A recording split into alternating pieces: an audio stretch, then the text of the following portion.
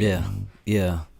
Microphone check 1 2. Microphone check 1 2. I'll make sure I'm coming through with that excellent connection, high bandwidth profile.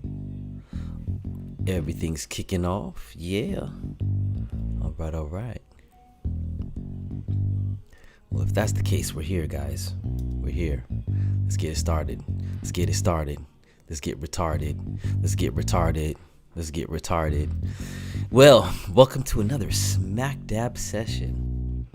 I'm DJ Dab, aka The Last Dragon, and I'm welcoming all my cosmic kinfolk back to a beautiful stream of knowledge and consciousness.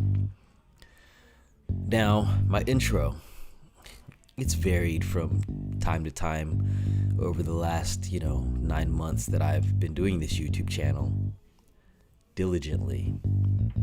But I've almost always, since I've gotten my new computer, my new iMac Pro, introduced myself as DJ Dab, aka The Last Dragon. Now, that is a moniker I've had since 2008. Maybe like beginning around my birthday month, this month in 2008. It's a name I derived out of nowhere and realized that it was a deeper part of my soul. So today I'm going to talk about this last dragon element in me and how it, through its manifestation of the very hidden knowledge of what you think you become, is so real. So, here we go. You ask, you shall receive. You know what I mean? So, I'm DJ Dab.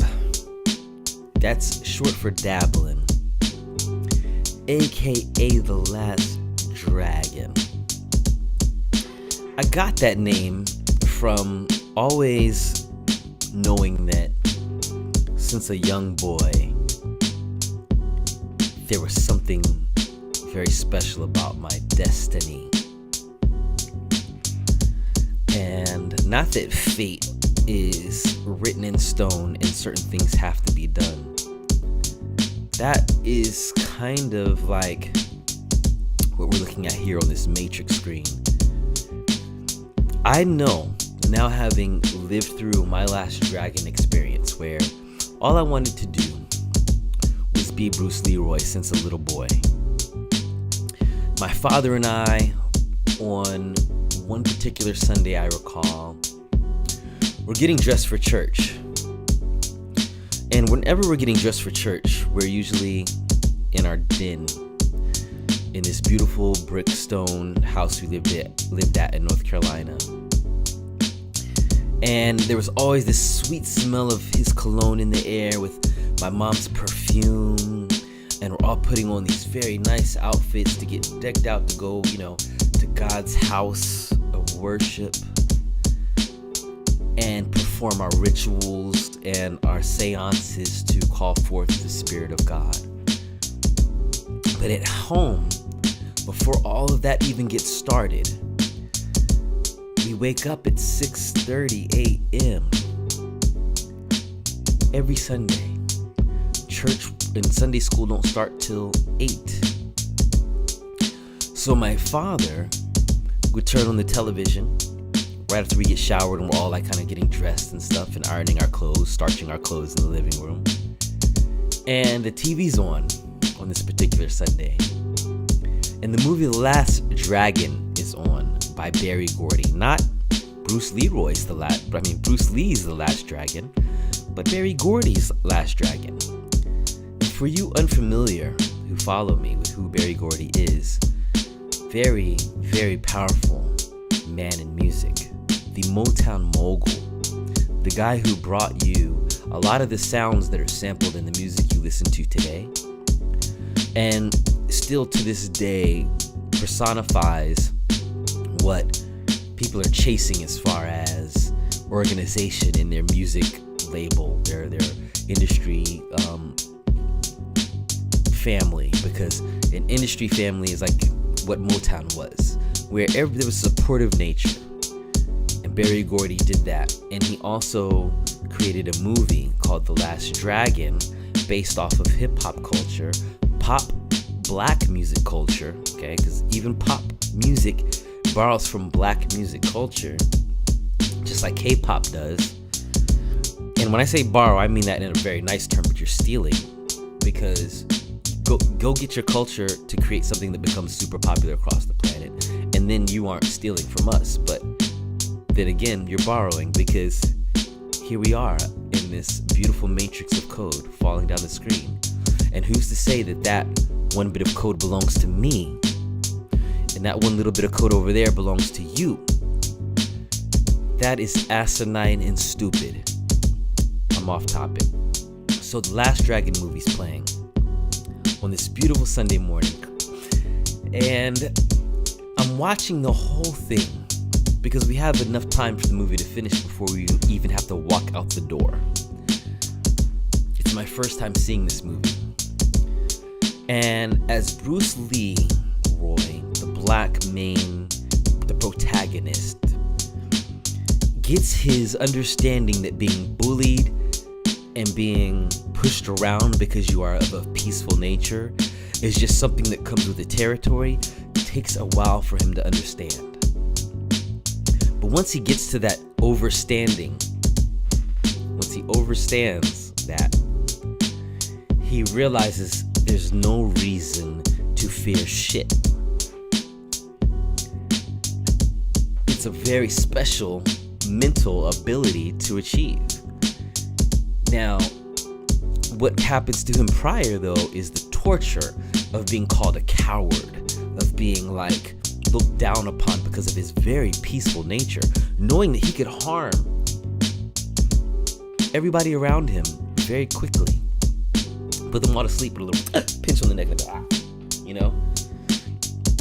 But that's not Bruce Leroy's nature as the last dragon that his teacher identified him as. And that was what was kind of intriguing about the movie. The intro to the movie, where his teacher's like showing him this canvas with all these patches in a circle. And in the circle, there's one patch at the top that is missing. And he tells him, Leroy, when you complete your journey, you will be the last dragon. But that is only when the journey begins. And that is such a mystery to a little boy who's watching such an eclectic, novel movie.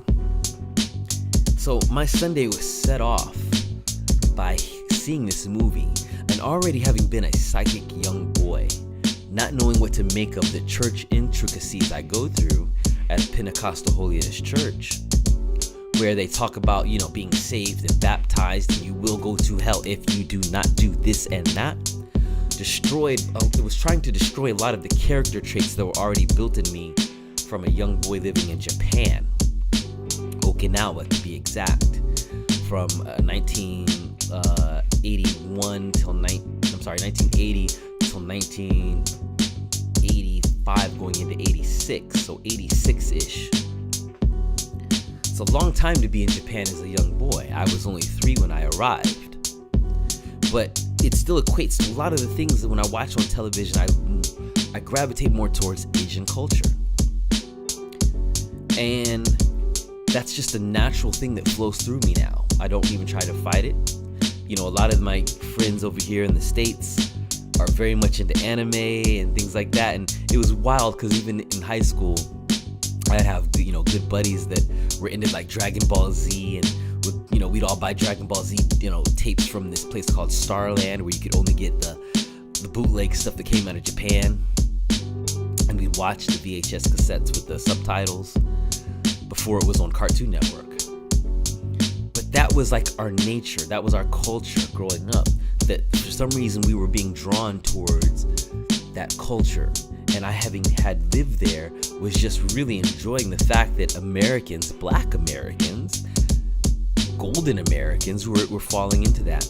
So this comes into the Bruce Leroy story, where I leave watching that movie where he catches a bullet with his teeth and does not die. And then I've got to go to church where they're going to talk about you're a sinner and you've never lived a good life because you were born into sin. And that you should realize that you need to reach out to Jesus Christ and God to receive the Holy Spirit inside of you. To me, now looking back at it, it's a brainwashing technique. It's a hypnotic spell. Because I already had the Holy Spirit flowing through me. In many cases, I can't tell you in this quick story that we're talking about now about The Last Dragon, because we have to get to the Disney's version of The Last Dragon for me to put a cap on this, you know. And in fact, if you notice this cap, this is my Panera Bread cap. I used to work at Panera Bread, you know, giving you your daily bread. So I'm hoping and I'm meditating and wishing for you to receive your daily bread, to be more through this, that you are blessed to be more, so that you can be more instead of being less. The Last Dragon by Barry Gordy, where he catches the bullet with his teeth at the very end, because Eddie Arcadian, the true villain of the story, wants to shoot Bruce Leroy with a gun, because he realizes that his alter ego, which is Sho'nuff, a very rough and tough type of guy who doesn't take no shit, doesn't compromise for nothing, wants to destroy Bruce Leroy, but through martial arts and not through a weapon that you have to pull a trigger on from far away and not see your victim close up, you know what I mean? Or your enemy close up. Martial arts is very intimate. So Bruce Leroy and Sho'nuff have an intimate fight right before Bruce Leroy kicks his ass with the golden glow, not the red glow, the golden glow, guys, and puts his alter ego into the water so that his alter ego can just simmer off, cool off, you know? But Eddie Arcadian, the arch villain of this whole movie, pulls out a gun and goes, Bruce Leroy, this is the final scene, bruh. You've done all this great stuff up till now, showing us magical tricks with your martial arts, but no more. Because I've got a gun in my hand and this ends everything. But what does Bruce Leroy do? He stays there calm, cool, and collected. And when the gun is fired, he watches the muzzle of the gun. The muzzle is where the tip of the gun is. The tip of the gun, to make sure that at the very moment of the explosion, his senses follow the pattern of what a bullet does. And he catches the bullet with his teeth. Because everything in mathematics has a formula, but I'm getting above myself here and above you. Great movie though. And I go to church going, oh my gosh, there's just no way that I'm going to be limited by the fact that I'm not that sovereign creature right there, that sovereign man in that movie who can do all these mystical things without having to be subjugated to a place of that I'm not worth shit until I reach to this other entity who did something great as well. I don't think that's what that entity, Jesus Christ, was telling me to do, even based on the stories that I was listening to as a boy. I thought always that Christ figure was telling me to be like him and be more of a creature that knows the balance of good and evil and walks that thin line very safely. Which is why we're going to toast up for a little bit. And we're going to have, since we're talking about Panera Bread, we're going to have a little bit of our red wine for the day before I go punch a clock for a 9 to 5 that I have to work right now while I'm building something very special for you. But you're getting all of me again today. I'm loving these kind of talks. This is more like a blog talk, because I'm talking about a movie called The Last Dragon. So I just got over Barry Gordy's The Last Dragon. Bruce Leroy's The Last Dragon was very, very much more subdued, but very spiritually connected in the same manner. Because you don't want to get lost looking at the finger. Again, you've got to see all this code that's falling on the screen. Because if you get lost looking at the finger, you'll miss all of the glory of God. And that is what a lot of religion does. It dogmas us into an understanding without an overstanding. So, Bruce Leroy, and now we have Raya and the Last Dragon, made by Disney. I think Disney's whole goal with this movie was to express the age of Aquarianism, the age of the mental intellect that also is able to cut through mysticism and talk about it as if it's science and see the code for what it really is. Being under no disillusion that you control me through any spell that you can talk about, or that there's anything that you can even touch me with here in the physical world that will destroy the message that is already out there. That is Christ consciousness. So thank you, Disney, because let's now go in through my review of what I got from Disney's version of their The Last Dragon. Well, you've got the protagonist, Raya. Hey, Raya. If you change the R to an M, you get Maya, which is the illusionary state that they named the culture that was in South America and Central America through colonization, because they weren't calling themselves an illusion. Okay? But that's the double talk that's happening here. If you understand it, it's actually triple talk, and you can decipher it every time. So Raya, and the Last Dragon is a story about the illusionary place that humans have gone to. Okay? The illusionary places that we're not interconnected and that we don't have to care about each other because of the exact thing that we do to each other every day, which is lie, cheat, steal, and deceive, and ignore and diminish other people. Diminishing other people, you might think it's fun and funny, and in fact it's funny because our culture loves it, but it's not like the best practice. I think my alarm is going off. I thought I turned this off, but I wouldn't have to do that, but it's all good because it's 11 o'clock a.m. here on the East Coast, which means 1 + 1 = 0 times 0. I hope you understand your own super inner hero, and you're following me on this live stream. So Raya, again, is very, very blessed in the position she's in. She comes from a clan in the movie that protects the stone that the Last Dragon created to destroy a virus that basically is a spiritual virus that turns people to stone as it passes through the world of their world. And these entities, because it's many of them, just like there's many Elohim, just like there's many dragons, there are many viruses, there are many destroyers. And this movie takes the stab at showing you the intricacies of the female energy that is coming through this age of Aquarianism and cusping it with the age of Pisceanism. Because if you really understand what's happening right now cosmically, and you're not caught up in Western astrology where you don't believe in the precession of the stars, okay? Because if you don't believe in the precession of the stars, you believe in a flat earth. If you don't believe in that the earth wobbles on its axis, that's great, but you can go look at the sky and use the apps that you have on your phone for viewing that, and it'll match up every time. That the sky's different than when it was when Western astrology created the zodiac chart.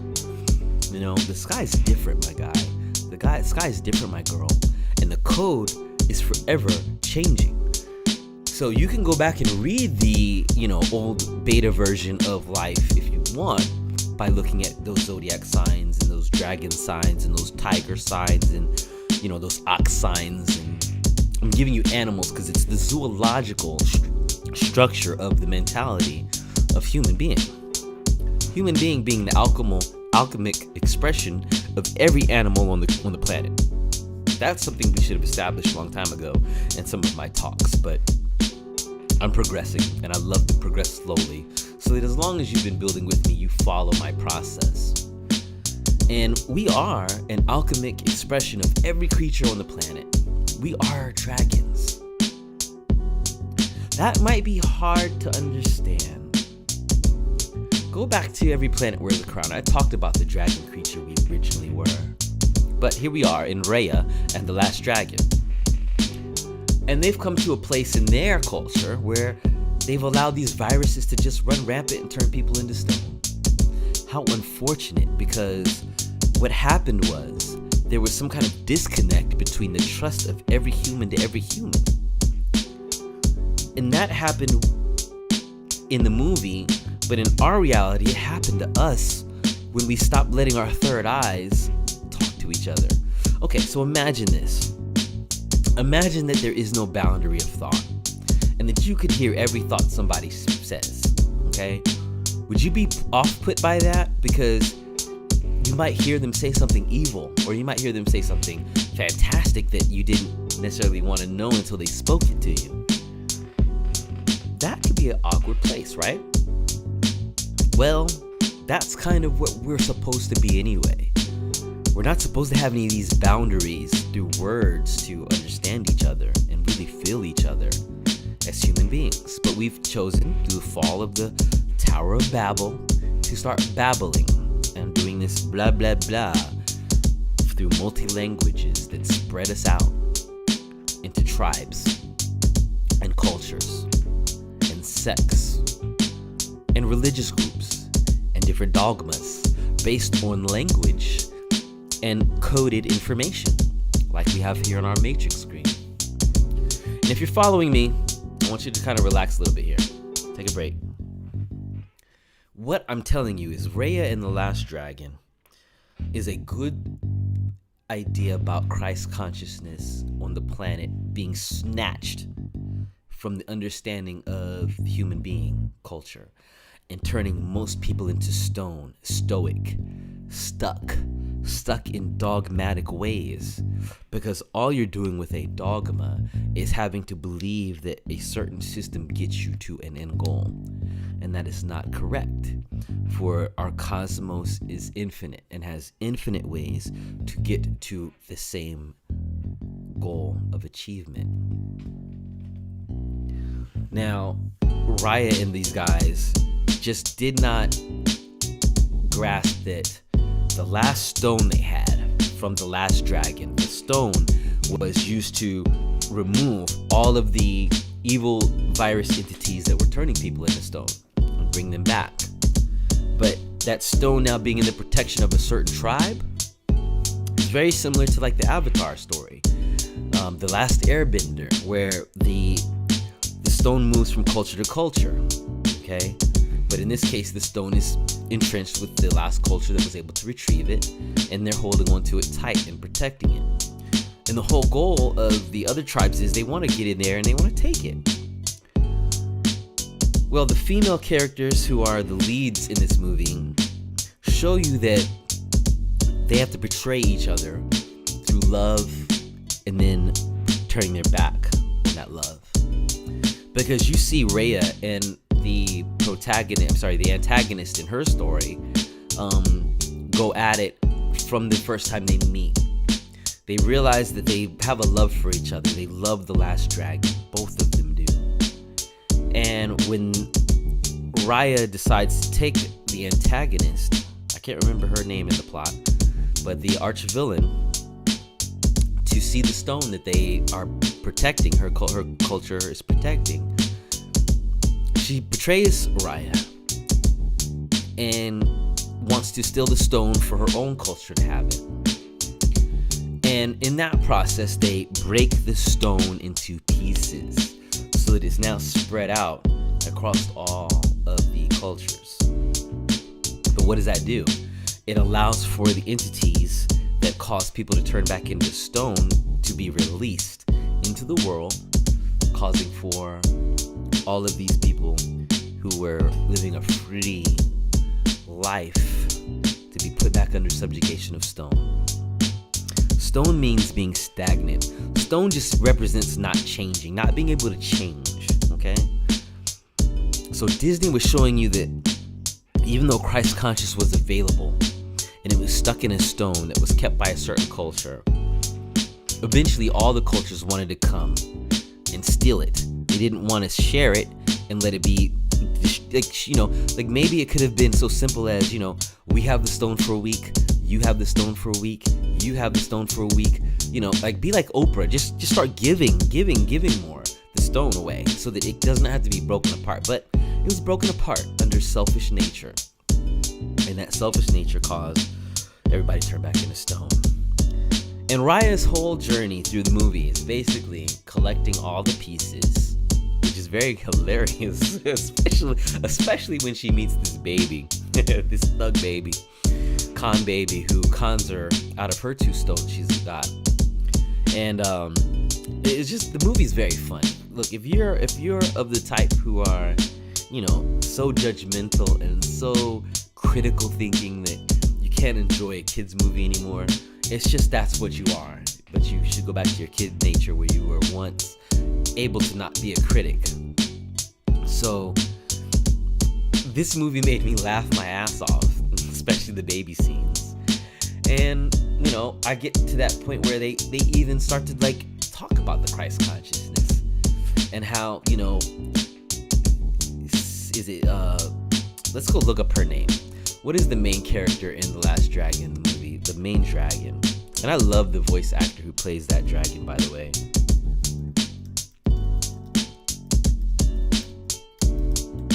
Alright, so I'm just gonna Google Disney The Last. What happens is, if we go into here, it's Sisu, who is the name of the dragon. And it's Namari, who is the name of the antagonist. But Sisu, the real last dragon, the real last feminine dragon of the race of dragons, is brought back to reality by Raya, because Raya sought her out. And this feminine energy is the Aquarian life, where there needs to be a masculine liberty and a feminine liberty, allowing for a balance of the two. Because even in the age of Pisces, okay, even in the age of Pisces, it's a disconnect of the two in liberty, because they're swimming in opposite directions, never in tandem, never upstream in the same direction.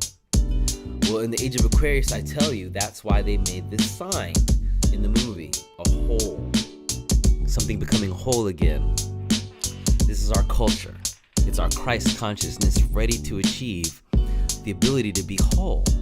Now, I look at the entire planet. I don't look at specific cultures like North American culture, European culture, Australian culture, or South American culture, or Middle Eastern culture, or even African culture, and say to myself, the entire planet is on the same accord. That's far from the truth. But there's coming a day where the last dragon will be able to affect the entire world, so the entire world's cultures can see the manifestation of something so much greater than the separate, desperate pieces of divinity we seem to worship at this current time and paradigm. And get back to a Christ consciousness where the youth that will be very connected to their psychic abilities won't second guess their own nature and want to move more from their heart chakra instead of their crown and third eye and mental chakras. And when I say more, I should say in balance with. I've thought about looping energy from your lower chakra up to your crown chakra. But there's also the loop that starts here in your heart chakra. When you get to that heart chakra loop, the heart can go down to the gut, the heart can go down to the genitals, the heart can go up to the brain, the heart can go up to the crown. The heart chakra is the center of our being. And if there's there's anything more important than occupying your third eye, it's occupying your heart so that you can move in a Christ-conscious wisdom, so that you can be like how in the Bible they have a verse where Jesus says, "Suffer the little children so they can come unto me." Because the little children are the more precious vehicles on the planet, having not been given in this current state that we were coming out of Piscean age. I would call it, they weren't given criticisms. They have to learn criticisms from watching adults, but criticism does not come naturally to a kid. So Christ-like consciousness wants kids who have very little criticisms, because all criticisms do is create fog.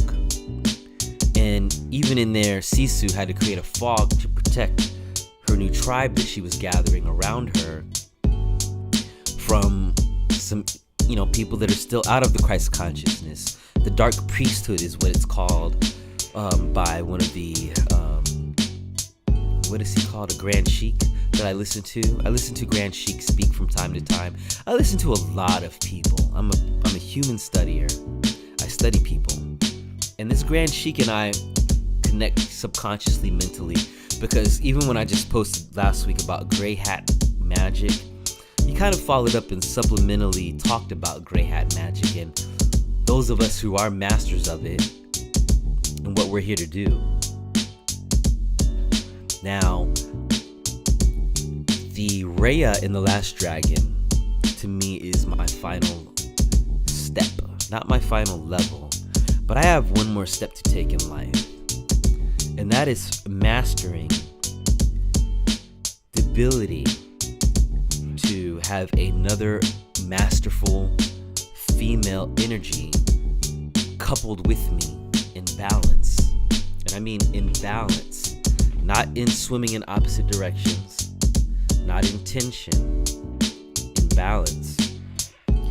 And in search of that female energy, I've been looking for my trinity, so to speak. My lady of love, my siren who calls and guides a ship to shore versus calling a ship into the rocky shore. Guide me to the safe shore. It's amazing that, that's a need of any dragon on the planet, but it's true. All of us who are dragons. A dragon is somebody, let me break it down to you, and this might feel weird, wants to procreate with the opposite sex. Because procreation with the opposite sex is the DNA balance of yourself. A lot of the animal creatures and us have genetic markers that cause, through the epigenetic change of our current paradigm, the sexes to want to mate with the same sex and have no procreation, because you cannot do that without some test tube laboratory Frankenstein shit. So a dragon is somebody who has the ability and wants to procreate. The dragon is the person or the personification of somebody who's opening up all of their chakras and allows for no blockages. The personification of a dragon is somebody who is giving more than taking, but is also taking more than giving. So there's a perfect balance. These are the specific traits of a dragon. Dragon also comes with the elemental control of either earth, fire, wind, water, air, or ether, which is spirit. I am a soulbender. I am the last of that kind, having understood very different alchemic traits that I can possess through all these elements. I've learned that my final element is the soul. And reminding people that, through our daily growth, you're never going to be perfectly perfect. You're perfectly human. But inside of you, there's something that's so perfectly a dragon that when they get to the end of the movie and Raya realizes that she has to regain trust, the humans around her based on what Sisu was teaching her. Sisu's teaching her, you gotta trust, you gotta be giving, you gotta let people take advantage of you, you've gotta go through these trials and tribulations to reach your destination. So I identified with that because I've been used and utilized and abused to a point where in my dragon nature, not too many people understand me and understand what I am. But they do understand that I'm very powerful and can be used. So they'll keep their distance. They'll look at me from afar on Instagram, Twitter, used to be MySpace, Facebook, and just observe and never really want to communicate with me. And Raya and Sisu are in that same struggle until the antagonist, again, let's look up her name, Namari, kills the last dragon because of the lack of trust Ryu gives to her in a very specific moment, and the last dragon is shot through the heart with a bow. Well, that personified the death of the last dragon, so that there could be the rebirth of all the dragons. Well, that's a symbolic death. It's not a true death for the last dragon, which is what current culture wants every Christ-like creature who shows up here to do. Sacrifice themselves on the cross, like Quetzalcoatl, like Jesus, like Barabbas, like Ra, like, no, that's a metaphor. It is not an actual physical act that a Christ-like creature who's achieved the highest level of that must do. Because you've realized now that there is no death. There's only ego death. And that is what happens to that dragon Sisu there. It's her ego dies too. Because having trusted humans and keep being betrayed by them, finally the last betrayal causes the ego death. And in that ego death becomes the new birth of all of the dragon spirits being able to be rebirthed through trust of the real deep magic that exists in our Christ-like dragon nature. So, thank you for following me on that story, because Kundalini is our dragon. It's our inner dragon, and we have these godlike structures that are being empowered in our head by that structure of the spine.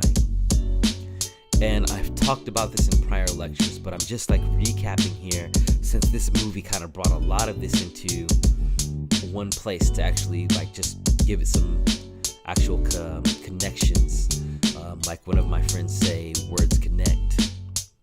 So I realize now that Disney, all of the major studios are very much aware of what you need to know. You're not as aware as you think you are, because you are following dogma, and your biggest escape out of the matrix is to learn that there is no dogma. You create dogma for yourself if you want, because it's fun. It helps you relate. But at the end of the day, sharing your dogma can be detrimental, because you might cause people to only see one pattern when there are these infinite beautiful patterns in front of us. So, on that note, I hope you've enjoyed this little cosmic talk. It's been great. Again, I'm DJ Dab, aka The Last Dragon. And this is a smack dab session where I'm just reminding each and every one of us to reach our dragon center, to pay more attention to our Christ consciousness. It's in you. It has never been not within you. You don't have to go to a physical church to get it. You don't have to pay money, tithing to get it. That stuff does not exist in the greater cosmos. It is a construct of code that is causing a dogma so that people with money look like those are the people to be trusted and worshipped. But here we are, where we know the true value of currency.